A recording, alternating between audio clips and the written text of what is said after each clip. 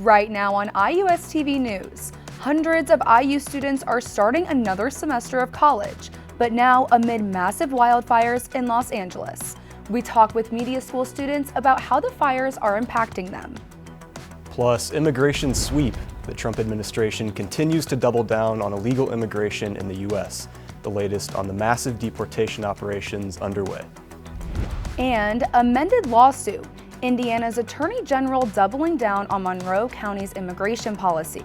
Why the legal conflict between the sheriff and the state doesn't appear to be slowing down. To this semester, looks like it's finally warming up. I'll tell you more about it in a few minutes.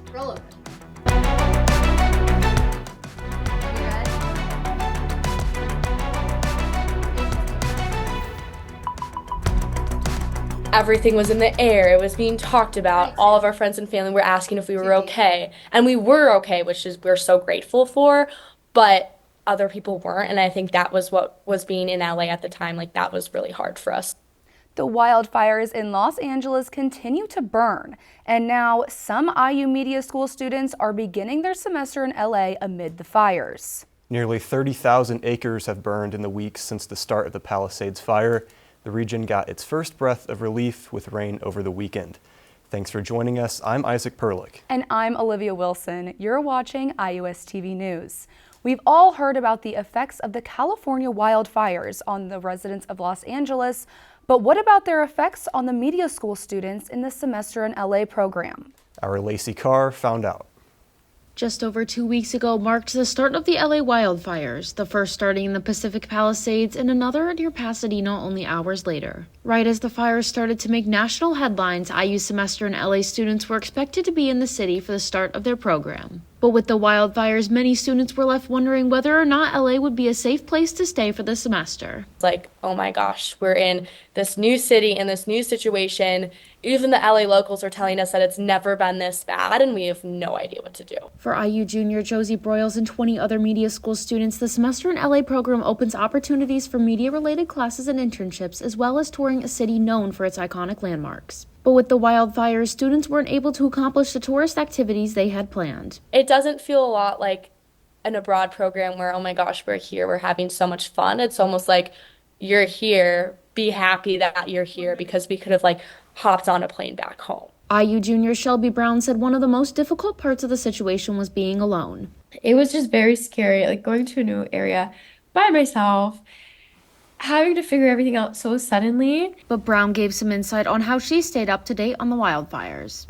One way people in LA are keeping track of the wildfires is through an app called Watch Duty. With the Watch Duty app, you can monitor ongoing wildfires, find safe areas, keep updated on evacuation orders, find food distribution centers, and even donate to support those affected by the wildfires. Both Broyles and Brown said the situation has opened their eyes to the good that can come from tragedy. You can also see the good in people. People are coming together to help one another. So that's really, really nice to see. Brown and Broyles said that they plan to spend some of their time in LA volunteering as an effort to give back to people who lost much more than just a travel experience.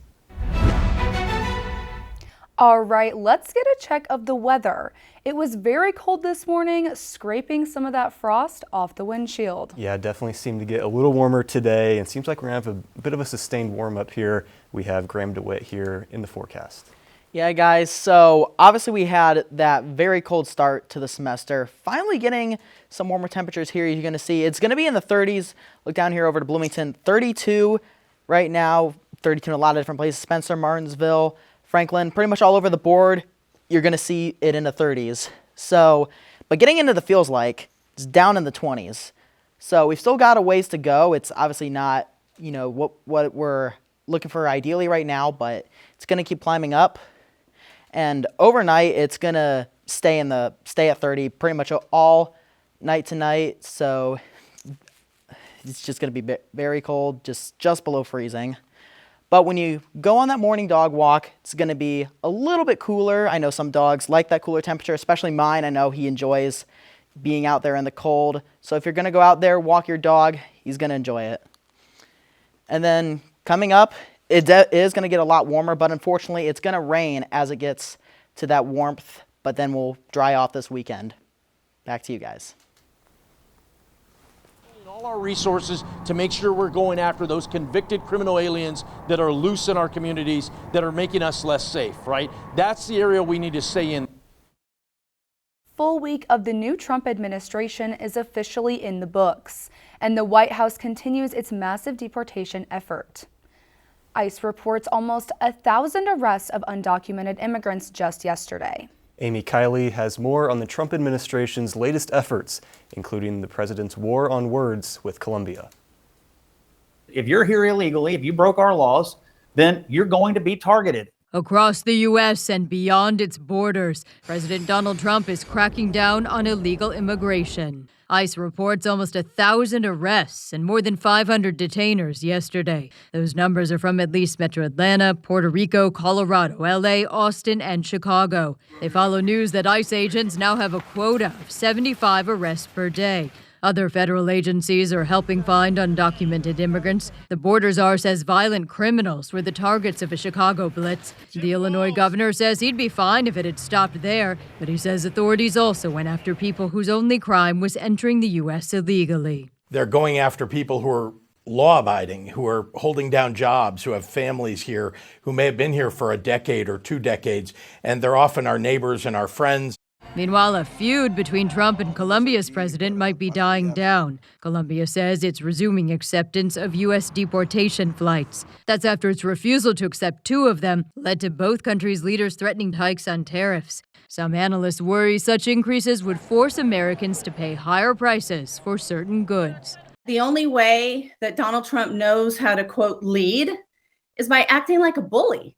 He's putting the rest of this hemisphere on notice that you are not dealing with the same president that you were. I'm Amy Kiley reporting.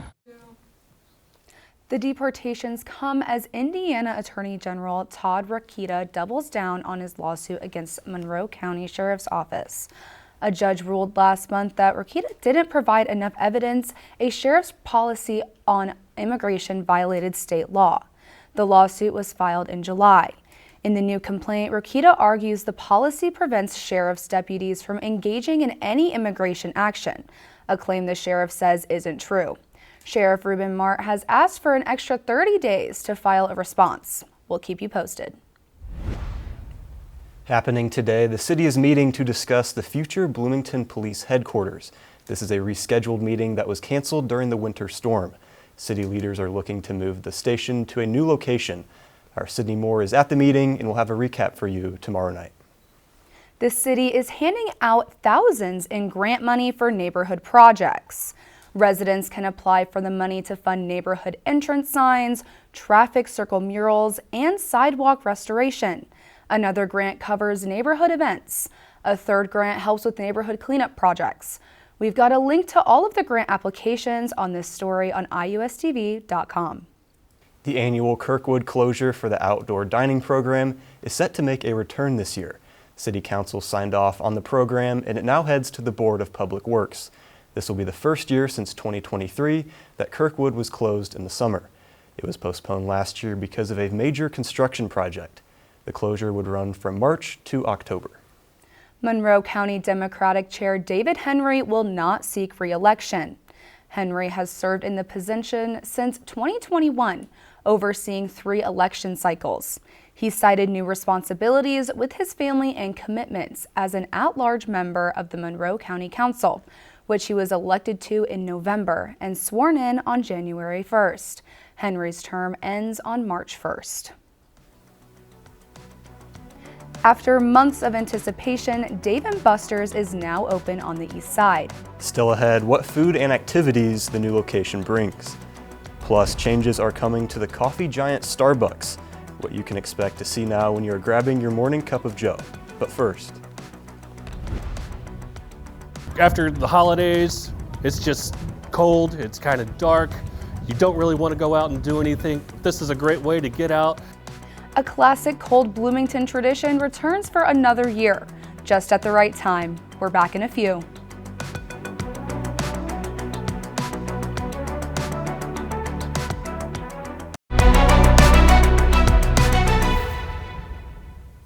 Visit Bloomington hosted its 5th annual Freeze Fest this weekend. With temperatures in the 20s for most of the festival, the name was fitting. Ice-related games like mini golf, checkers, ping pong, and sledding filled North Madison Street near downtown. The ice was brought in from northern Ohio. Over a dozen ice carvers participated in live demonstrations, carving everything from the sample gates to IU head football coach Kurt Signetti. This year was Sammy Moore's 4th year carving, and she says her design was a little last minute. For us, at least carving the ice-wise, we get in here Sunday night and we are milling and setting everything up all week. And then design-wise, I came up with it on my walk down here, so about 5 minutes before. All of the ice sculptures will stick around until they melt. The next Freeze Fest is set for next January. Well, the wait is finally over. 2 new pandas have made their debut at the Smithsonian National Zoo in Washington, D.C. Brian Abel reports on the pandemonium in the nation's capital. I'm really excited that they're back, and I had to see them on the first day. The pandas are back. The animal that's become synonymous with the Smithsonian Zoo in D.C. for more than 50 years was without its iconic residents after the previous pandas went to retire in China. The bond between our two peoples and pandas started over half a century ago, even earlier than the establishment of China-U.S. diplomatic relations. We have been working with our colleagues in China, this incredible kind of like scientist to scientist, people to people, collaboration, cooperation. And the pandas are not just back to D.C., but back from the brink of extinction. Through the work that we've done, giant pandas have been uplisted from the endangered list to the threatened list. That hard work matched by the love of the American people. They're clumsy, they're like toddlers, they're kind of playing around and stuff. They just bring joy. People from around the world flocking here for the only free giant panda experience in the U.S. Some having a full circle moment. 11 years ago, I was here to see Bao Bao on her debut, and her little boy, Bao Li, is here. And I thought, how fun would it be to bring my little boy to see her little boy on debut day? At the National Zoo in Washington, Brian Abel reporting. The panda tradition dates back more than 50 years. The new pandas will stay in the U.S. all the way until April 2034. Bloomington's got a new player in town. Dave & Buster's is finally open. The new arcade, sports bar, and restaurant had its grand opening today. The arcade is taking over the former Bed Bath & Beyond store near College Mall. For more information on all Dave & Buster's has to offer, visit their website at daveandbusters.com. Starbucks is bringing some changes into the new year, one of them even being the name of the company. Starbucks will now be called Starbucks Coffee Company. Employees will be bringing back Sharpies to write customers' names on the cups.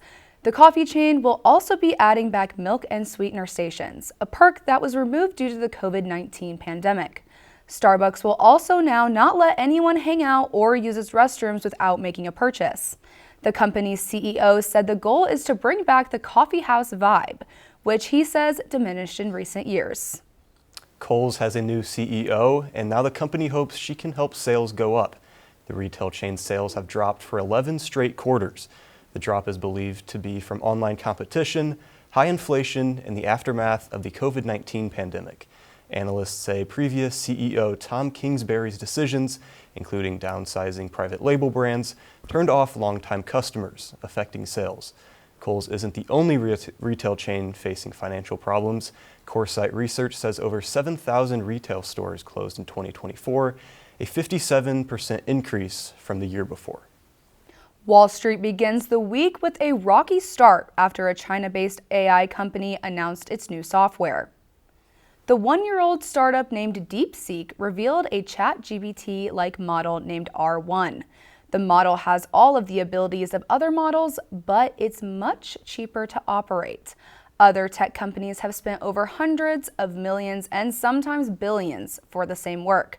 The Dow, NASDAQ, and S&P 500 all started Monday off in negative territory. Analysts say DeepSeek could run in a major market movements in the near future. If you shop at Costco and have some Kirkland signature smoked salmon in your refrigerator, please don't eat it. The FDA has issued a major recall due to the food being contaminated with listeria. The CDC says listeria infections are responsible for roughly 260 deaths per year. No related illnesses have been reported, but officials say people who are exposed to the Kirkland salmon may suffer from serious health problems. The salmon was sent to stores in the southeast late last year. For more information on the recall, visit the FDA's website. Still ahead, new research on board the International Space Station is looking at the future of repairing damaged heart tissue, how the findings could bring medical advancements here on Earth. Plus, if you don't like the cold and snow, you might like the forecast for this week. Graham has the details on the other side of the break. It's the #1 killer of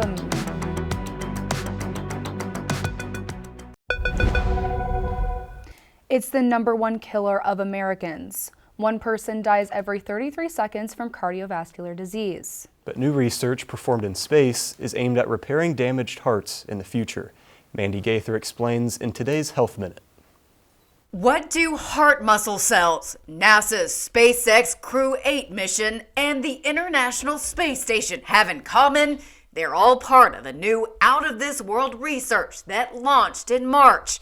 Like, literally. The astronauts were amazing. They conducted many experiments, procedures on the ISS. Chun-Wei Shi and her team at Emory University School of Medicine sent these heart muscle cells to space to see if microgravity would help them better survive. Right now, she says a damaged heart muscle can't regrow itself, but there's hope that transplanting new cells can one day help repair that damage. However, many new cells die after being transplanted into a patient. So if you can find ways to improve cell survival, then those methods will be helpful for the cell transplantation applications. After about a week in space, she got the cells back and says the ones that survived went through molecular changes which allowed them to live. She says those changes were likely due to the stress of space travel, and if that could be replicated, it could help future cells withstand heart repairs. If we can turn off those molecules on Earth, we might be able to help the cells survive and overcome other stressful situations. For Health Minute, I'm Mandy Gaither. Turning to weather now, you know, the sun was out today and it made it a little warmer, and I'm kind of hoping that it's going to stay warm. Yeah, I walked out the door this morning. Face didn't hurt as much as it did last week, so I think we're making some progress. Graham's in today with the forecast. Yeah, we are making some progress. Of course, we had those cold weeks to start, and now warming up a little bit more, but it's definitely going to be some time before we get there. Of course, I talked about earlier, all in the 30s, you know, right now. So, but it is looking up. You see all the way in Versailles, it is 36, but you go all the way down to 30 in Terre Haute. And of course, still in those 20s in the feels like. So we're going to see if that wind chill will hopefully go up as well. But if we look on to tomorrow, it's going to warm up, and oh, look at that.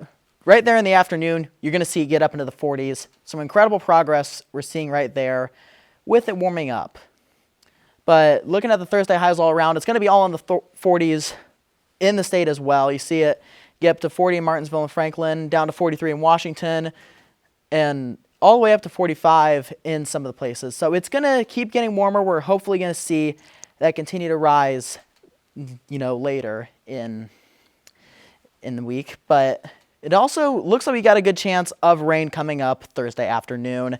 It is going to, of course, be in the 40s again, but that rain is going to lead into some more rain likely on that next day. Looking at the 7-day forecast here, take a look at that. 2 straight days of rain, going to be a lot of that, and then we're going to see it dry up over that next weekend and into Monday. It's going to go back up into the 50s. So a very great week after what we've started the semester with. Absolutely. Yeah, honestly, after last week, we'll take anything we can Yes, get. happy to see those 50s. I was shocked. Yeah. It's good to see. All right, Graham, thanks. Next in sports, the IU's men's basketball team continues to struggle this season with a disappointing loss this weekend. Daniel has the recap and some news on a new IU commit. Next in sports. Stay with us.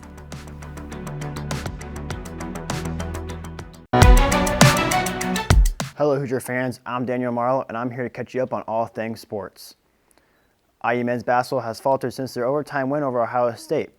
IU lost Northwestern 79-70 and Maryland 79-78 this past weekend. Mackenzie Mbaka led the way in the game against Northwestern with 20 points on 8 of 14 shooting.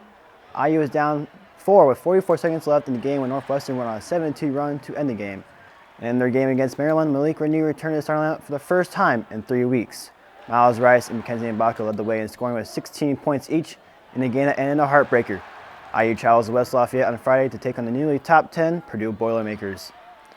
Indiana basketball class of 2025 has just earned a new recruit to pair up with Indiana native Trent Sicily. 21-year-old Bosnian forward Harun Zerno committed to Indiana Hoosiers last Friday.